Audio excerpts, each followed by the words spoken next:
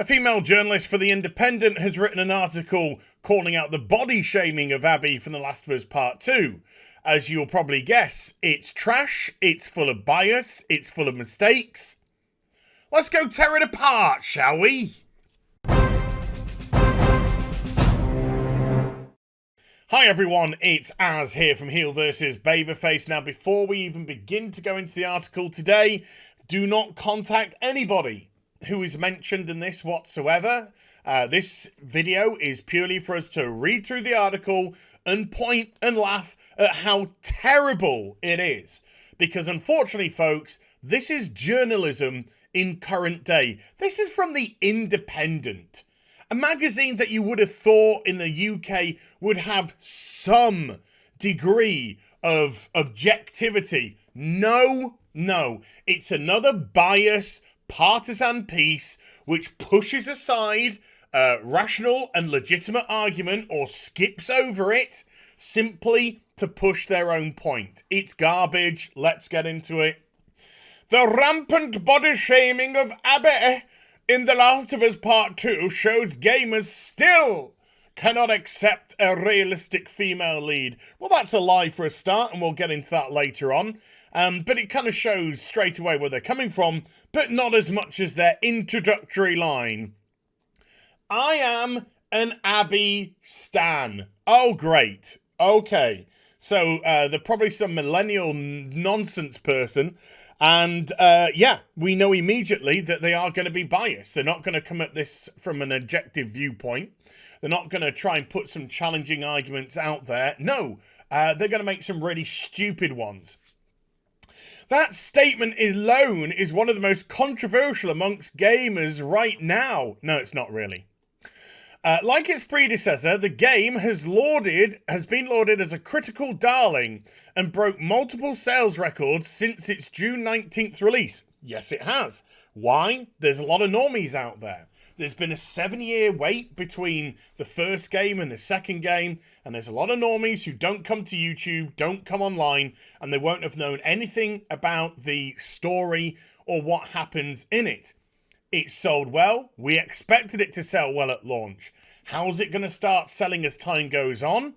There was a big drop-off in week 2, 80% in the UK, 85% in Japan. And although it's been a critical success, it's received a massive amount of backlash from users. But as I hear you cry, that's just a bunch of people botting and downvoting the game on Metacritic. Well, my girl Sheila Alien, she is an absolute monster, and a monster in the greatest sense of the word. She is tenacious, and she looked at the last 1,000 positive reviews on Metacritic for The Last of Us Part 2 and discovered that very nearly half of that number were bots. Were bots that said the same copy and paste review over and over and over and over again. And when she did the last 1,000 negative reviews on Metacritic, she could not find any discernible botting action going on. Not to say that there wasn't, maybe a little bit here or there. So if there is botting going on, it's most definitely going on from both sides of the equation from a player standpoint. But they've been vocal, they've been loud, and this story has not been particularly well received by a large portion of that. I would say very divisive indeed. We're kind of talking about it in the same breath that we talk about The Last Jedi, or as I like to call it, the death of Star Wars, the conclusion. But its hype has been overshadowed by a loud and determinedly misogynistic subset of customers. Wrong! And this is why you just lose your whole argument in the beginning by showing how partisan, how biased you are going to be. Because there is nothing misogynistic about hating a specific female.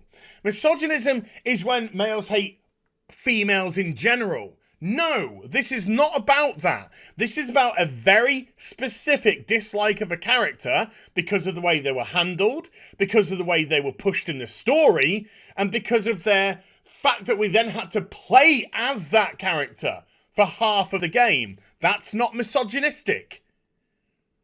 And as a journalism, you really should learn what words mean and context of that, because that will give you credibility as opposed to making this look like the utter trash article that it is.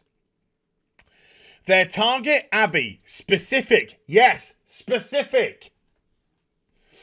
A new antagonist turned heroine. No, she wasn't. No, she wasn't. People didn't give a rat's ass about this character, and they hated having to play her.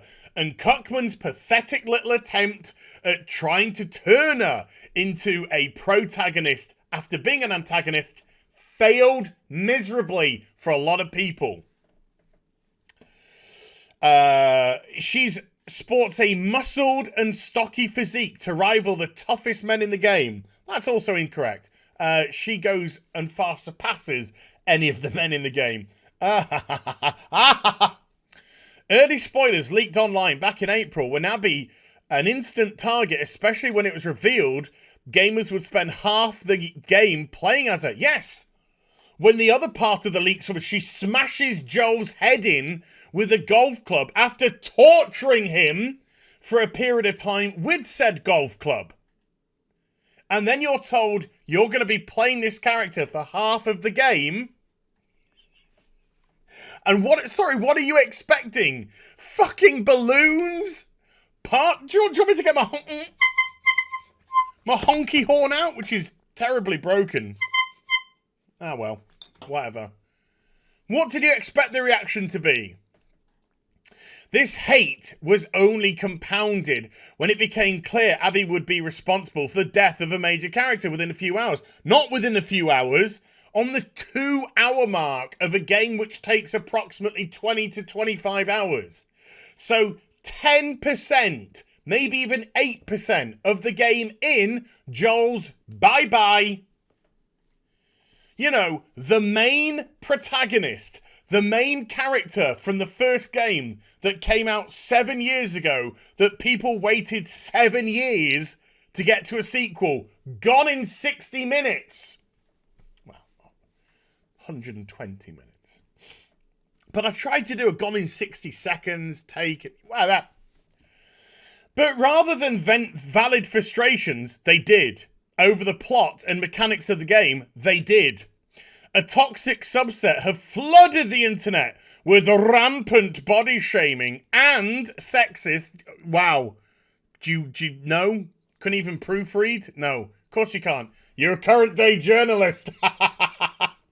Comments about Abby's appearance. Yeah, there was a lot of comments about her ridiculous appearance. Yes.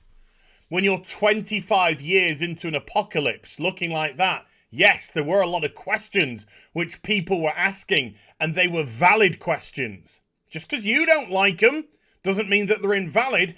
I'm going to challenge you here.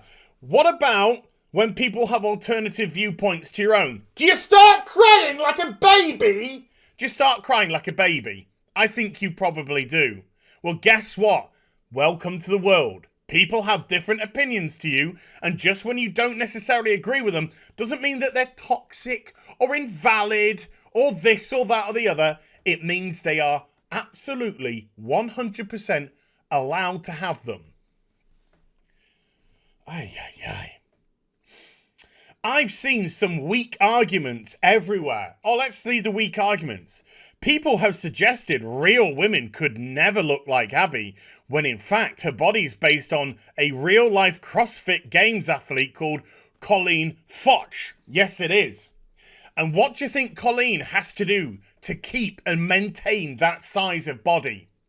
Do you think she sits on her ass all day eating fucking Pringles and shit? Yeah? Farting? Watching Netflix? No. There's got to be a very specific diet, a very specific exercise regime, very specific sleep cycles. Somebody went into the maintenance of a body along that kind of line. You would have had to eat 7 meals a day, exercise or go through a lot of exercise 3 times a day, sleep 8 to 10 hours a day. The game at no point showed any of this. And in actual fact, when we had flashbacks to Abby, she looked like a normal woman. Like a normal woman. And then the last flashback to the current day was 3 years. So in 3 years, she went from a normal woman to Abby Smash. In a world where there's been an apocalypse for 25 odd years now. So yes, although it is possible in current day, and no shade on Colleen, but we don't know what other supplements she takes. We don't know. Do you know? No, I bet you don't know. Aye. That it isn't possible to bulk up in a post-apocalyptic world, and that she might be transgender. Well, it was announced that one of the characters was transgender, and when you looked at Abby in the pictures, let's just say, if the shoe fits, wear it. So people will be forgiven for thinking that because of the way that the character was literally made as a male physique. And bulking up in a post-apocalypse, why is Abby the only one that's bulked up? If bulking up is so easy and readily available to do, you have the right amount of supplements, maybe steroids, the full amount of protein, the exercise regime, the sleep cycles. Why don't we see any of that during the game? Why aren't any of the men in that game look the same? Why aren't any of the men really gone to town with beefing up?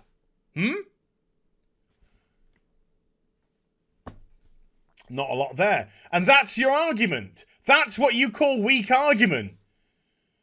Oh, dear God. The misogyny, it's not misogyny. It's directed at a specific character. Learn words. Has spilled over into real life. It's led to the character's voice actor, Laura Bailey, getting threats. Yes, they were terrible and disgusting, and she shouldn't have had them at all because she was simply providing the voice. And that was probably done by a 0.00000000001% of people. You know, the crazies.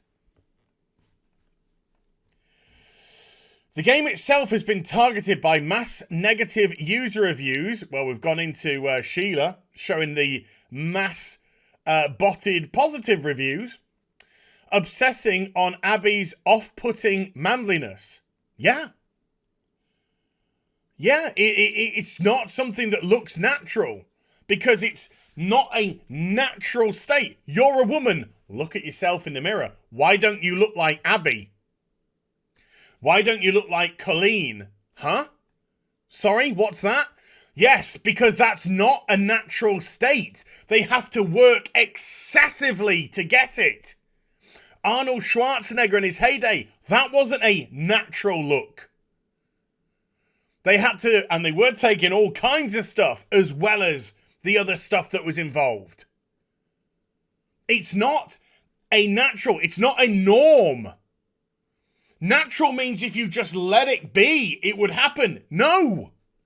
Far from it. It's something which has to be specifically targeted and worked upon. Jeez, you are terrible. Unbelievable. All the toxicity, a gatekeeping word, which basically means anyone who doesn't agree with me gets branded toxic. Once again, showing how gaming audiences still can't handle realistic bodies, female bodies. Oh, can't they? Let's just jump to the next bit, shall we? Especially if they don't cater to what is typically considered attractive to straight men who still make up the majority of gaming audiences. Glad you admit to that. Glad you admit to that. I'm going to challenge you with something else here. What is wrong with catering to your target audience? And this is just a generalistic comment. This isn't necessarily specific to The Last of Us Part 2 or gaming, but what is wrong with targeting your target audience? You know, the people who pay for your stuff. Seems pretty logical to me. Doesn't mean that you can't try and expand and say, right, we've got our target audience. Let's keep making product for them the way that they like it. But it would be nice if we could maybe try and get this audience or that audience. And let's just make some other product available for them and see if they gravitate towards those. What you don't do is you don't take the product that your target audience likes and then say, right, let's just change that and move it across. That's just called logic. You don't have to cut off something to create something new. Anyway, I think that's going to fly over your head because I think you're a little bit stupid. With Abby, the developers at Naughty Dog have deviated from the Barbie-esque body type. Big breasts. Who's body shaming now? Who is body shaming now? You call out body shaming, but as soon as big breasts are mentioned, you're body shaming. This is the beauty of the hypocrisy of these people. Body shaming means if you're fat and stumpy and ugly. That's body shaming. But you know, they want to protect that. But if a woman is pretty, if a woman is attractive, if a woman has curves, if she has breasts, then that suddenly becomes problematic for you. And you become the body shamers. Hypocrisy. Thy name is stupid identity politic activist. A narrow waist and minimal muscle given to popular characters most infamously like Tomb Raider's Lara Croft. Oh God, you have never played a video game. Hi, this is Lara Croft. This is Lara Croft, and this is the way that Lara Croft has looked for the past 7 years in her rebooted Tomb Raider series. You know, the Tomb Raider series that back in 2013 when it came out was lauded as a fantastic portrayal of a strong female character without overtly sexualizing them and giving them their own agency. A character that was so well written that you really empathized and wanted to protect the character throughout the story. You know, from 2013, that Lara Croft, regular breast size, regular body size, there she is in the game. You don't have a clue what you're talking about. Even in the film, here's Alicia Vikander training to become Lara Croft. Training to become Lara Croft. In a pretty similar body type to what is being portrayed in the video games for the last 7 years. You haven't got a clue what you're talking about. Not a single clue. You get so wrapped up and lost in your bias. There's no coming back. There's no hope for you. None.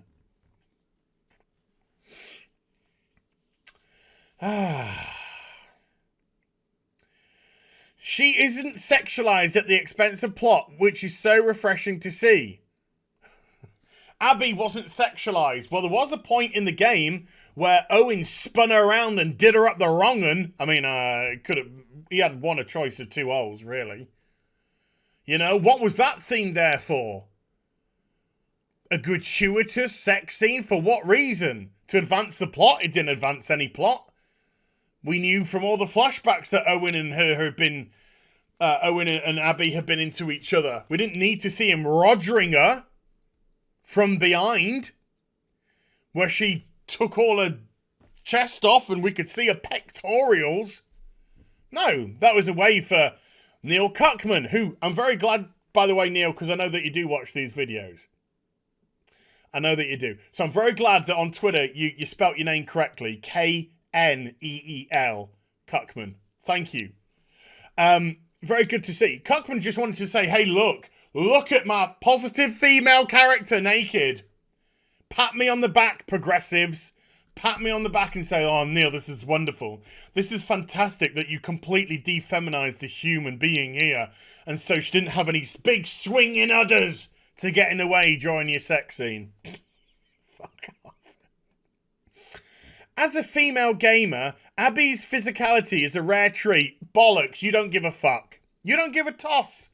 You don't care. You don't care whatsoever. You are another one of these people that as long as you can take away from people, you're happy. That's where you get your kicks from. As long as you can take away. You don't give a toss about Abby's frame and how she looks like. You know, you're not there at home applauding. Get out of here. And it makes sense in a post-apocalyptic setting. No, it doesn't. It doesn't. Far from it. Far from it. It makes no sense. And the way that they palmed it off was the first time that we see Abby in the game, she walks past a big gymnasium. And that was Neil Cuckman's story on how Abby got big. Because it wasn't displayed whatsoever in the flashbacks. We didn't have juxtapositions in the flashbacks of Ellie having wonderful memories of Joel, while the flashbacks of Abby were her seeing her father killed immediately and then getting into this massive routine of exercise and diet and maybe even drugs to bulk up, to build herself up. No. She was a normal girl in the trailers. She was a normal girl in the flashback, sorry. And then we just suddenly jumped to muscular Abby Smash 3 years later.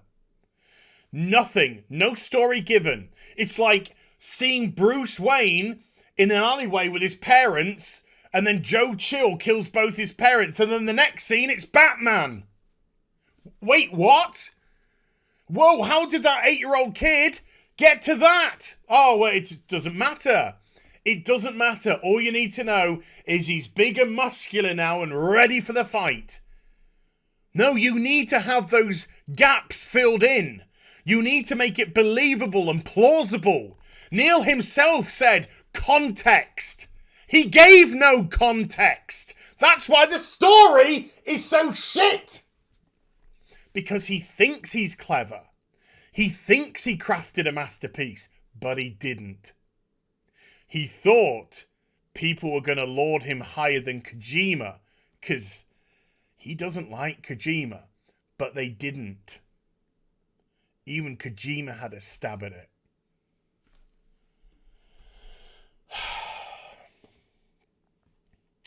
There was, however... Oh, yeah. Watch. We're going to dismiss. This is the only sentence we get for females biting back. There has, however, been some pushback with women sharing images of their muscles alongside screenshots of Abby, challenging those who have said her body isn't realistic. Oh, right. Okay, no. Sorry. No, you didn't even do that. This is the very few massive fitness models who do go through supplements and massive diets of vast amounts of proteins and stuff, showing off some images. Yeah, no, I saw those. No, I was going to give you a little bit of credit then, for a tiny little bit of credit, for showing women saying that this isn't. But no, you didn't. You didn't even bother doing that. Yeah, nobody's saying it's not out of the realms of possibility. Nobody's saying that. What people are saying is they're 25 years into an apocalypse. Humanity is holding on by a dear thread. We have small settlements, and that is it. And yet somehow, somebody managed to get themselves into Olympic shot putter condition.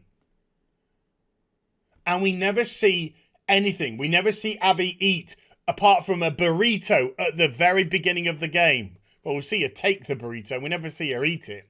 We never see her eat. We never see her exercise, other than, her walking around and doing the fighting bit. We never see any sort of weight muscle, which would, obviously, we never see any sleep routine. We never see any of that. Whatever. Still, the whole thing raises questions on whether these gamers will ever welcome any deviation from the sexualized perfect female characters we're normally given. We're not. Oh my god. Oh my god, you're so fucking dumb. I'm gonna say a character name. Ellie! She's in the same game. She was in the game 7 years ago. You know, the game 7 years ago where Neil Cuckman said, I wanted to create a non-sexualized female character. You know, the non-sexualized female character of Lara Croft from 7 years ago. Oh my god. Never mind other female characters, which we could probably dig up. I just probably have to look through there and just keep reading them out. But where are your examples? Oh, you didn't give any. Okay. What a shame. For decades, these sexualized representations of women in games have been excused by the ridiculous claim that women don't play action video games. Wait a minute. Whoa, whoa, whoa, whoa, whoa, whoa, whoa, whoa. So women do play action video games, but you fully admit to straight men making up the vast majority of the gaming audience, which they do. Right? So, just in general, what is wrong in somebody's fantasy, in somebody's escapism, with making a characters attractive? What is wrong with that? What is wrong with taking somebody's escape time away from the stresses and trials of real life? You know, people like fucking you in their ear.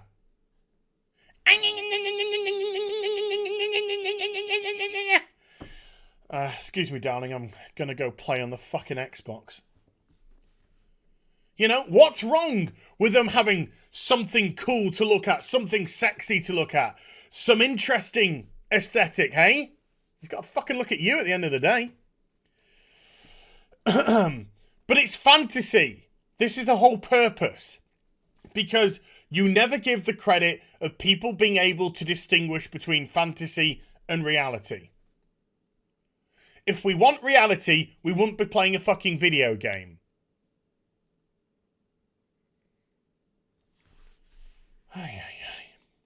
It has given power to a toxic, not toxic, subculture of straight, white, male, gamer, bigot, racist. You are a bigot and a racist. Congrats. Who feel the industry is theirs. Where is your evidence? Based off what? Based off the fact that they voiced their opinion, just like you can voice your opinion? You are pathetic. This article is pathetic. You have this unbelievable arrogance that because you say something, it should be so. Well, guess what, sweetheart? That's not the case. People can challenge. People can have their own opinion. You provide nothing to this debate. Nothing. No proof. Nothing. And only they should be catered to. Where? Example. Par exemple, s'il vous plaît. While attempts to include LGBTQ plus female or BAME representative are often seen as agenda-driven attempts to oust them altogether. That depends on the situation. That depends on how they're brought into the game. And the classic example is The Last of Us, the first game. The first game ends as a beautiful story between a father and a daughter. End it there. But when they did the DLC, then they entered the identity politics of Ellie being gay. If that was something that the game was proud of and happy with, why didn't it put it into the real game? Because only a fraction of people would actually play the DLC compared to the real game. So why didn't they have the courage of their own conviction and put it in there? Because they expected some blowback? Yeah. Why? Because why would identity politics fit in that game? It didn't. It was a story about a father and his daughter. And it would have felt wrong and shoehorned in. In this game, now it's established Ellie is gay, how many people are truly complaining about Ellie's sexuality? I'm hearing virtually nothing. What I am hearing, though, and I myself have said it, is the relationship between her and Dina doesn't feel natural, doesn't feel organic. They have no chemistry between them. So just because the representation is there, it doesn't mean that it's necessarily good or has been pulled off correctly. Cockman said plenty of blowback from the LGBTQ plus community about it. Because this is what happens when you play identity politics. I went into it in a previous video. And just because a character is LGBT or, oh, fuck off using BAME, pathetic, black or brown or ethnic, doesn't mean that they're automatically fucking saints and can never do anything wrong and have to be perfect. That's how you want to portray them because they're trophies to you. They're awards to dangle because you don't view them as real people because you're the bigots and the racists.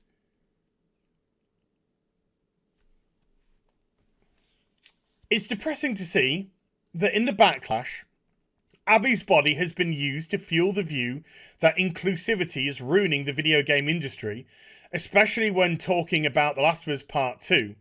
What did Abby's body actually bring to the game? What did it bring to the game? Nothing. Nothing. Her size, her bulk, what did it truly bring? Nothing. If Abby had remained that same character from her flashbacks, people probably would have had more empathy towards her in fights. But as a huge bulking frame, what did it actually bring? Nothing. That she could take down men? Ellie could take down men. Oh, but Abby could snap the neck as opposed to knifing them in the neck. Because Critical Drinker said in a video, that in a stream that we did together, well, maybe Abby's bulking up for the fight with Joel. She's going up against a man. And I hear what he's saying, but at the same time, she brought a ton of people along with her to take down one man. So it was never this alone. It was always as a group of multiple people. So she didn't have to be huge for that. So ultimately, what did Abby's body bring to the game? Nothing. It just made the character look completely out of place. And that isn't toxic. That's a perfectly valid piece of criticism.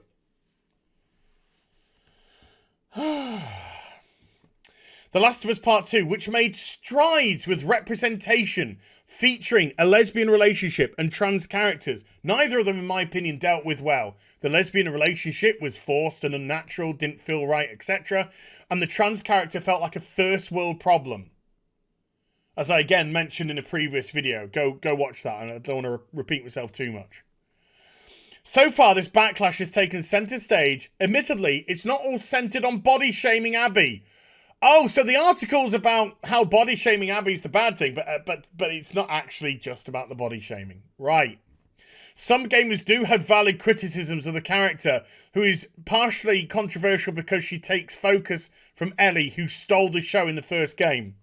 No, she didn't. Joel and Ellie were seen as a duo. Nobody outshone the other. Don't try and construct a new narrative out of nothing. Joel was beloved as much as Ellie was beloved. We loved them both. Both. This is, again, your bias just makes you look stupid.